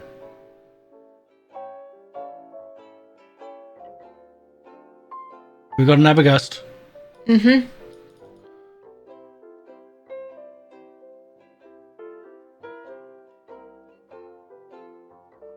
Arbogast is not at the appointed meeting place. You give him 10 minutes, but he doesn't show. You curse the old crank and head back towards May's house. Psst. A hand snakes from a doorway and grabs your arm. You jump at the sight of that half face glimpsed in starlight. One of them's near, he whispers, watching. Come with me. I just want to.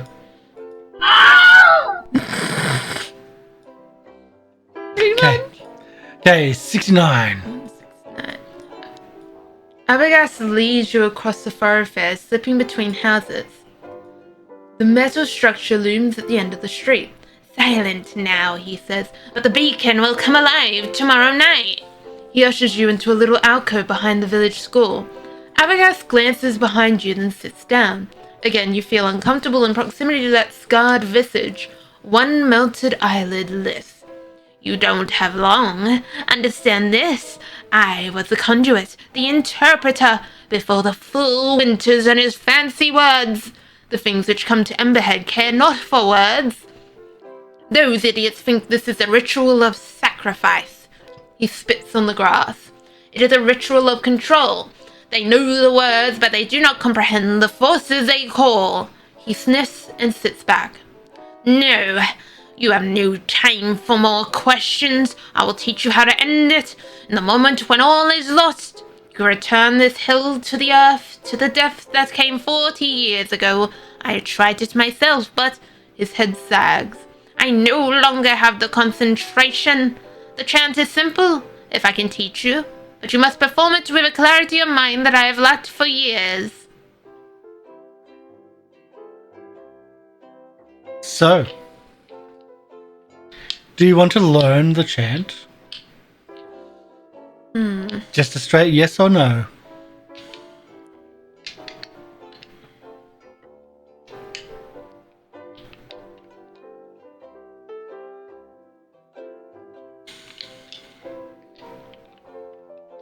Do, do, do, do, do. Great, yes. Okay. I've been waiting for first time.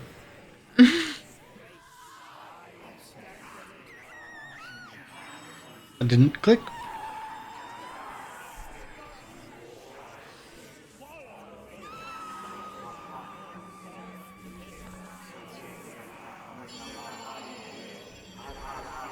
Okay. You feel very dislocated from reality as you sit on a cliff top behind a school at night, learning a chant by rote from a madman. Arbogast careful to teach you it in sections. He glances into the sky. Won't work now. Cloud covering the star. But he still takes care not to pronounce the whole thing at once. It has a rhythmic beginning and various elaborations, but the core passage is repeated 3 times. Louis Good luck. whatever that says. Come on, you try. Ungui Mugun Naf Kufuga Fumahout Ngaga Nafel Fang Ia Kufuga. 3 times. Basically a Beetlejuice situation. In time, Arbogast listens to your recital and nods. Remember every sound, but never speak it if you have plans left on this earth. You've discovered a secret. If your situation ever becomes desperate enough to try Abaddon's ritual, the text will offer you the option to chant. At that point, you will add 10 to the current number on the entry that you're at that situation. Arbogast leans back. It'll make you one with the living. It'll do something, that's for sure. 188, I believe. A black shape lunges from the dark. It wraps an arm around Arbogast's throat and drags him backwards out of the alcove.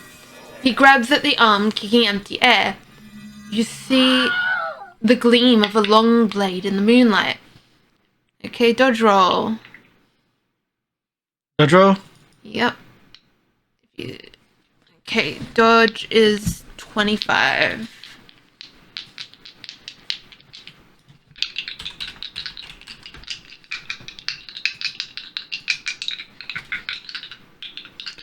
So much shaking, the more... 29. So, in the full rules, your luck can be spent to change a roll.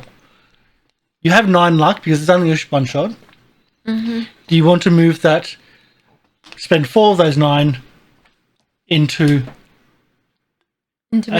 making that a pass? Yes. Okay.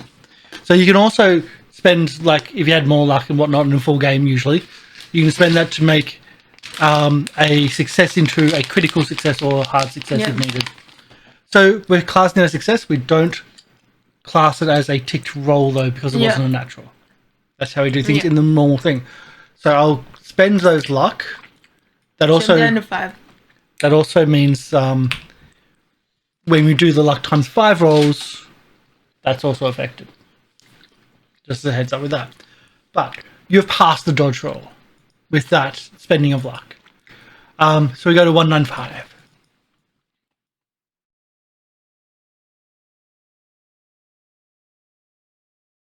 And we chew and we swallow. I'm gonna keep that comment to myself. Wrong stream. Second figure swings at you with some kind of blunt weapon. You shove it aside and scramble out, trying to find a more defensible position. A gurgle draws your attention. Arbogast has a hand clapped to his neck. Blood drips between the fingers and spills from his mouth. His assailant stabs again, the wet blade slicing Arbogast's wrists, even as it sinks into his neck. You see faces now, low faces, daubed in some kind of tarry substance, eyes gleaming with hatred. Arbogast shoves his attackers off, staggering back. more blood cascading down his arm. The old half-man has willpower. He plants his feet and raises a hand. So, that's a sanity roll. You just saw someone killed or being killed. Sandy, 60. Oh, wait. Did we lose a sanity? Yeah, we got 2 points in... No, we lost the sanity for seeing him. No, we didn't. Oh, no, we didn't. We were full. Yeah. Also, the minus, so your max is 98. Okay. Yeah. That's what that is, yeah. Because your sanity can raise up. Yeah. But it's now not going to raise up higher. That's a permanent thing. Is that an 83? Yeah. Okay, so we didn't succeed a sanity check. It's okay.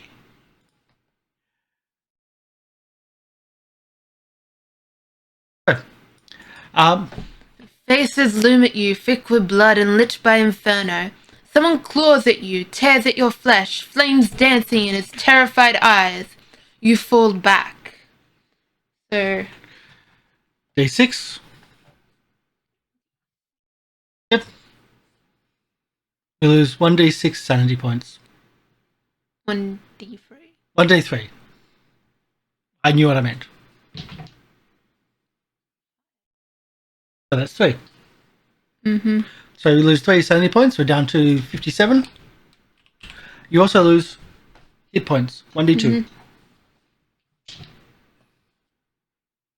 Mm-hmm. Yeah, either way. Like d4s, even d20s, and just 50-50s. 2. Sorry. So we lose 2 hit points. Oh no, we're down to 10. No. No. Okay. So we go to 45.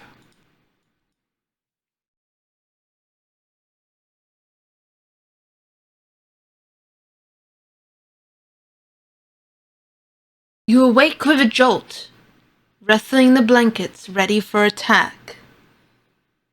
The Ledbetter guest room is quiet, painted with morning light. There is nobody here but you. You release the blankets and wait for your heart to stop hammering.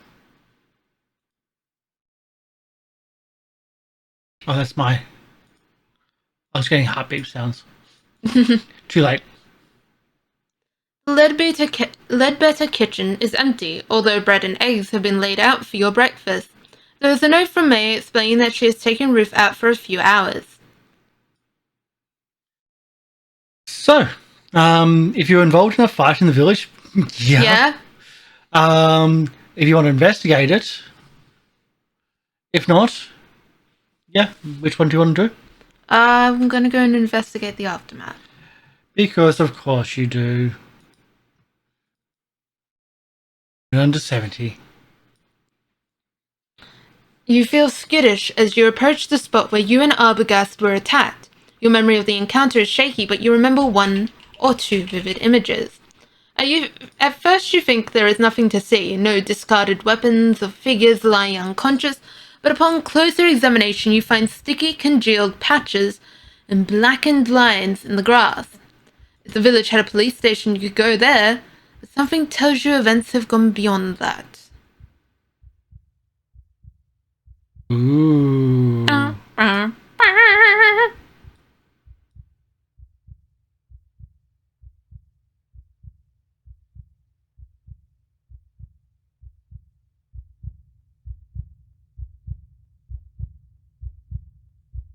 You make a quiet circuit of the village, pausing in unobtrusive places to watch the villagers. It is rather busy for this time in the morning. Yawning locals are streamed back and forward along the roads, carrying bundles of split logs to the site of what you've heard referred to as the beacon. You see 2 figures already up in its superstructure, arranging the wood. The festival bonfire will be most impressive, but do you intend to stay to see it? You suspect by now that something is amiss here. While the villagers are distracted, you may do some illicit investigation, or you may simply leave town without looking back. What would you like to do? Go to May Ledbetter's boarding room? Go alone into the village hall? Take a closer look to the artisan's courtyard? Spy on the activity of the beacon? Or slip down the eastern road and flee for good? I'm going to spy on the activity at the beacon because that's the main focus of, like, the festival. Yep. Might glean some information. I do want to apologise to the viewers. The chairs are rubbing together, and that's what the sound. No fighting, just the sound. So, what we're doing Spying on activity at the beacon. Okay. Because that's the main focus 29. of The festival. The festival, and there's not really much information that we've been able to gather so far on said festival and why we're being told to, like, leave. The northern side of the village is bustling, and you are unlikely to remain hidden there for long. You head in the direction of the church and then move up the east side behind the houses. A drop looms on your right. One particular section of ground is quite narrow, and you have to hug the building for support. You may get this approach up and go to 120. To proceed, compare your size to your dex. If your dex is higher, go to 42. If your size is higher, make a size roll. If you succeed, rolling equal or lower than your size, go to 42. If you fail, go to 36. So There's a lot there. Our dex is higher than our size. That's correct. So I'm going to proceed. Go to 42. So we're going to go 42. Yeah.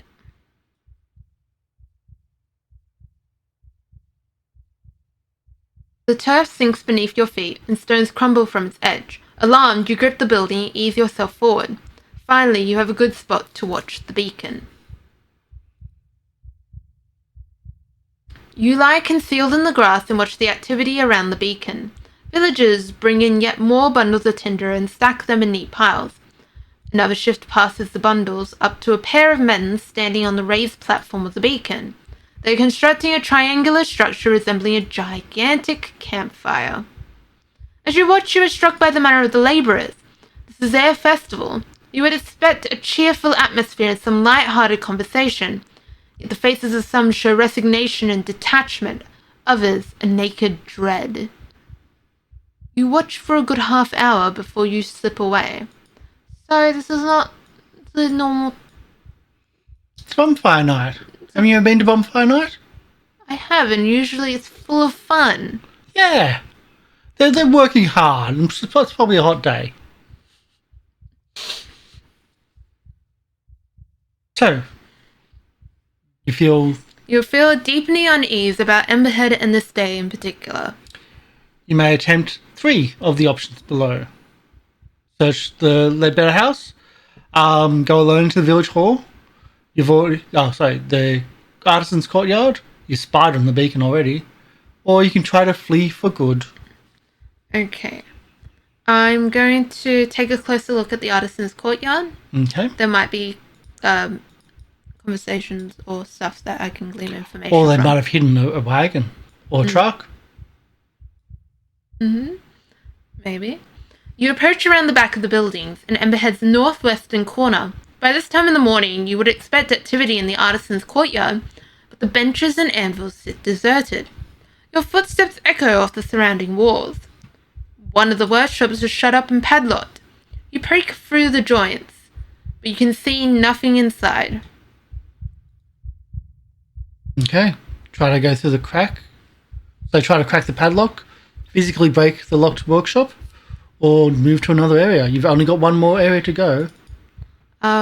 You do have a little bit of locksmithing at 50%. Well, that's quite good. Yeah. But Let's crack the padlock. with strength or lockpicking? Lockpicking. I'm assuming that's going to be a lockpicking. Yeah. Your strength wasn't as good. I'm about to go. Okay. You examine the padlock. It is old and not particularly secure. There are plenty of metal shavings around that could work as improvised picks, but can you really pick a lock? Can you pick a lock? Make a locksmith roll. You may double your skill for this roll only. If you succeed, you can double your skill. Roll 102. Your skill is 51. So I just have to get below... 102. Actually below 98. 98's a crit fail. 98's always a crit fail. Yeah. 46. Yeah, you passed. Even without the extra. We will click that. So, locksmith. I'm sure we've missed a few, but... It's hard to remember all the time. You get used to it when playing a long game. If you said yes, 44. 244. You push aside the door and step inside the workshop. The air is cool against your face and you see light glinting through the eaves. The center of the room features a raised slab with a slight slope. An indentation beneath it suggests something sits there, a basin perhaps? Prone shapes are wrapped against the far wall, covered with red cloth. They look human. Investigate further. You approach the red-shrouded figures, expecting them at any moment to leap up and grab at you. There are 3. Each has a label hanging from its toes. Benjamin Kramer, 19th of January 1927. Abraham Hollingsworth, 22nd of April 1927. Marion Phipps, the 6th of August 1920. You lift one corner of the shroud. Underneath, wrapped in tight bandages, is a thin but unmistakably human form. You are looking at 3 dead bodies, embalmed dead bodies. Make a sandy roll.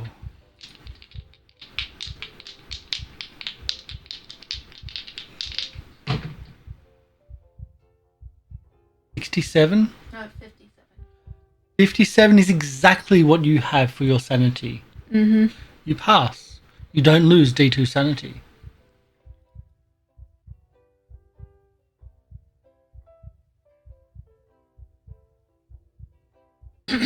So I thought you looked like a snoot.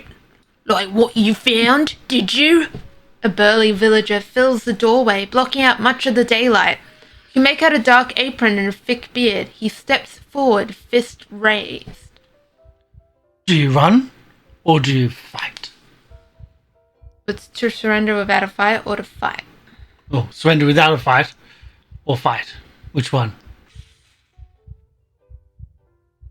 Running's not an option, apparently. Mm-hmm. Surrender without a fight. Ooh.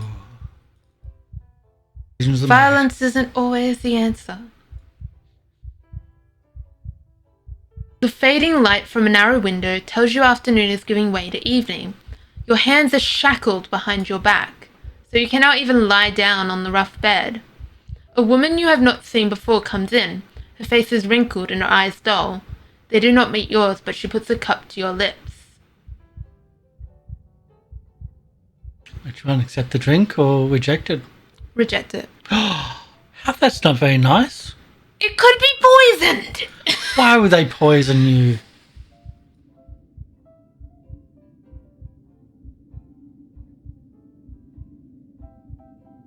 You turn your face away, and when she tries again, you dash the cup from her hands using the side of your head.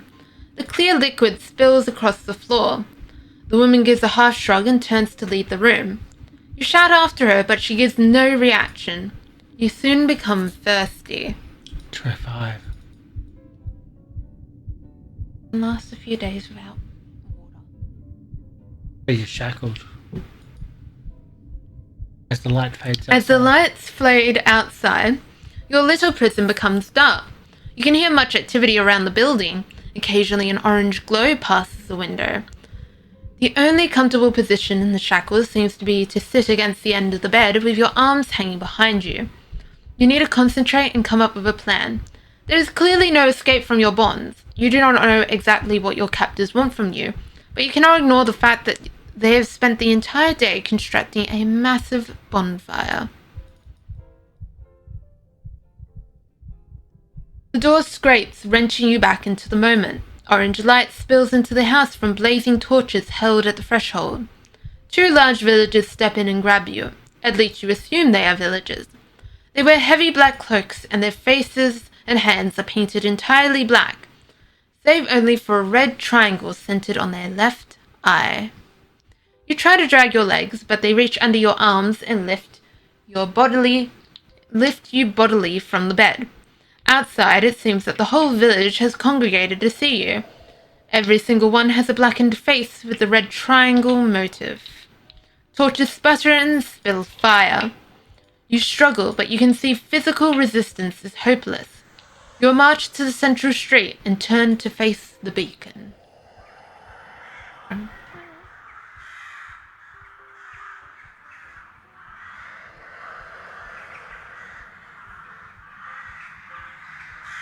The procession down the approach is slow and formal, save when you sense weakness and yank at your captors. A chill touches you when you see 3 human shapes carried ahead of you, draped in red cloth. The beacon looms larger and larger, its dreadful silhouette a black triangle pointing to the stars. A low drone begins among the cloaked figures, unbidden. The word mourners come to mind. Smoke from their torches makes you cough. You feel heat on your face. As you reach the cleared area around the beacon, 3 dancers break from the pack. Young girls swinging balls of fire in spectacular arcs, drawing circles in the night air. One by one, they draw close to you and touch your forehead with sooty fingers. Each kisses you 3 times on the left cheek, right cheek, then forehead. Then they whisper in your ear. The smell of kerosene fills your nostrils. Make an appearance roll. We're looking for Appearance. 50.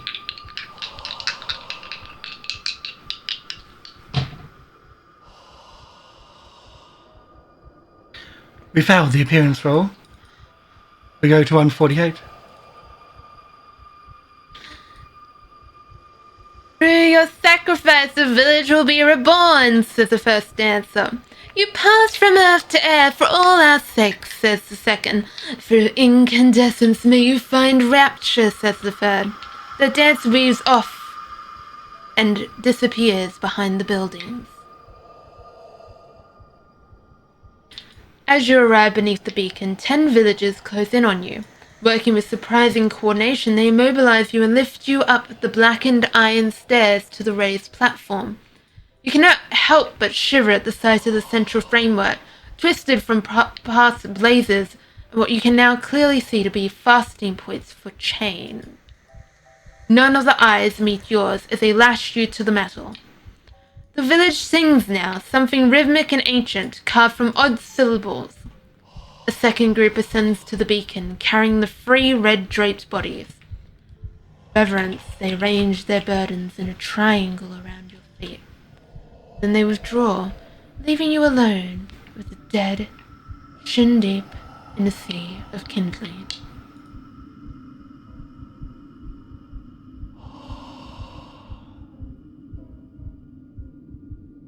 It seems the entire village is gathered around the beacon to watch you burn. Behind the face paint you recognize May Ledbetter. And yes, that is the Silas, the coach driver standing at her side. The audacity and scale of the deception staggers you. A man steps up on a dais and raises his hands with quiet authority. The frame of his spectacles obscures the red triangle on his face. So, we draw here together again on this night, as we do each year, and we give thanks to the one who will preserve the village against the fire of the void. You will be taken by the ones from above in our stead. Your death will bring light to our streets and bounty to our fields. It will safeguard our children and our elders alike for another year. We salute you. He bows his head. All around the beacon, bearers step forward and lift their torches to the edge of the raised platform. A ring of tiny flames flicker up around the perimeter. As they wink, the singing of the villagers drops in an unearthly rhythm. Do you throw your remaining strength at the bonds, or wait and see what happens? I mean, it could just be like a Halloween thing or local festival, maybe. I'm gonna throw all the remaining strength against the bonds. Are you sure? Yeah. Okay, I'm sure. just checking. I'm sure. 44. Your You're tired, and your flesh ought to be insufficient against the dark iron of the chains. Yet you can feel them give a little. There is a weakness in one of the links. Strength roll. 10. Hard. Half your strength. So below 25. Yeah. Extreme would be 10. Mm-hmm.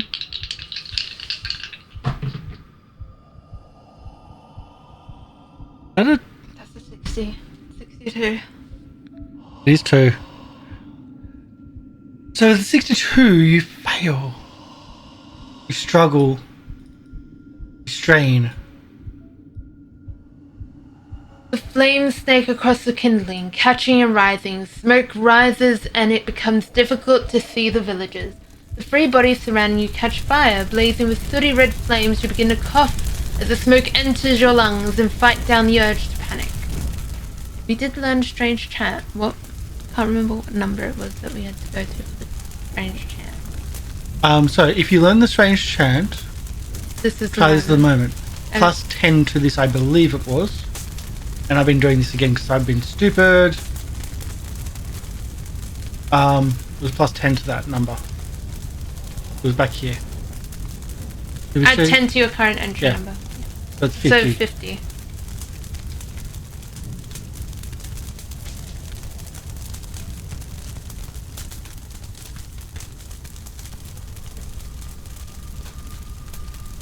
The flames draw closer as you bring Abagash's chant to mind. It is hard to clear your head as the heat grows beneath your feet. You cough and splutter, but you sustain the words. Finally, you reach the key passage, and even as your clothes catch fire, you yell for the third time, Lungi Mugrunaf Kafuga Fumahat Ngaga Naful Fain Ia Kafuga. The swirling tongues of fire around you stop in midair. The people around the beacon freeze, their black painted faces bleached and stripped as the second sun opens in the air above Emberhead. In an instant, the people, the village, the hill, all are consumed, incinerated by impossible proximity to sheer combustion, the essence of fire. Though your body is bound to the beacon, your being is freed. As a spark, you race into space, catapulted through the vastness of the void. The stars burn past you with incomprehensible velocity, and then you are home. Forever you will dwell here at Fomalhaut, where the flames ripple and flow through immense spaces to the rhythms of the universe, where planets themselves move and tilt through unutterable wheels of fire, bound to the clockwork chaos of the living flame. And among the flames you will dance. You have single-handedly destroyed a section of New Hampshire about 16 miles in diameter. This also killed you. It was an interesting way. It was an interesting way to go out. Very interesting way to go out. That's probably the best I've seen. I've never done that ending. These are all the tabs that we got through. Yeah, including some of the ones done here as well. So all these tabs is what we got through. I just, as someone that's never played Call of Cthulhu, what did you think? I liked it. It was fun. Very intense, but fun. I'm not sorry about using Silenscape, especially at the end with like as it starts building. Yeah, no, I liked it. I liked it. It was nice. It also nice. Generally gets the reading faster as like the stress builds and whatnot. Mm-hmm. Mechanical, like the rolls just simple. Yeah. Just like rolling the stat or below. Yeah. No problem with that. Yeah. No problem making a character sheet with like just assigning values. Yeah. Like in the full game, you can push a roll. Mm-hmm. So there's a few options. Like you can use luck to add to a roll, like to change a little bit. And that's one way of doing it. The other one is you can push a roll. So if you fail a roll, say to charm someone, you can say, I want to push off this roll, which means you get to roll again, but it must be on a different stat. So if you tried to charm someone and it didn't work, you can then flip to maybe intimidating them. And that's how I usually use that analogy of like something didn't work this way. I'm going to try a different tack, but there's always a consequence for failing a pushed roll. Mm-hmm. So that's also a thing. But that's about only things that you like we didn't really touch into. Yeah. Except for like the sanity. If you get a lot of sanity at once, you can get temporary insanities, and there's a single roll which is when you want to fail, and that's when your mind recognizes that what you saw is actually real, and that triggers bigger insanities. But other than that, you've done better than I've ever seen. Often, like winning is like you may have stopped the cult or stopped the whatever going on, but you've sacrificed yourself by doing so, or you're now in prison and no one ever knew what you did. Mm-hmm. It's kind of one of those games where you win, but and that's how we did the Alone Against the Ice, I think it was. Basically got rid of the... Yeah. You got rid of the cult. R.I.P. that area of New Hampshire, though. But you also nuked the town. Yeah, nuked the town and myself. And you got put into space. Got put into space. Hey, that's a cool... Yeah. Yeah, I'm no longer alive on Earth, but I'm somewhere out. Yeah. So again, I've never done that one before. I have failed every single time. If you're watching as well, check it out. It's called Alone Against the Flames. You can pick it up singly, but it's also in the starter set for Call of Cthulhu, and you can get the starter set on like bookshelves or Amazon, all the bits and pieces, all directly from Chaosium. You can buy stuff from them, or you can also buy it from Drive-Thru RPG, and you can get direct stuff from Chaosium, have PDFs, etc. And also Roll20. We're using the Roll20 one as well, because it's for doing what we're doing. It's easier than like reading directly from a book in front of a camera. Yeah. So, yeah, I think we need a break. Yep. And then we might try. I think we might have time for one more. Yeah. We're not going to go through all three. That was the. I want to try all three, but. Ring Quest. Ring Quest. That's one we've done before. That's going to be a little bit different because it's going to be on website based. But we're set up for that. And we'll be back soon after a quick break. Yeah? Yep. So we'll be back soon. Let's get that the cheery cheery music of the 1920s. I was waiting for like the fire. I just like selected elements fire and just waiting. just waiting for that one. Because it's one I know was coming. It's 1920. I think 1920s is nice and chill. Oh wait. We'll do the speakeasy. We'll be back shortly. Stick around and enjoy your role playing. But yeah, we'll be back in about 10 minutes anyway. So.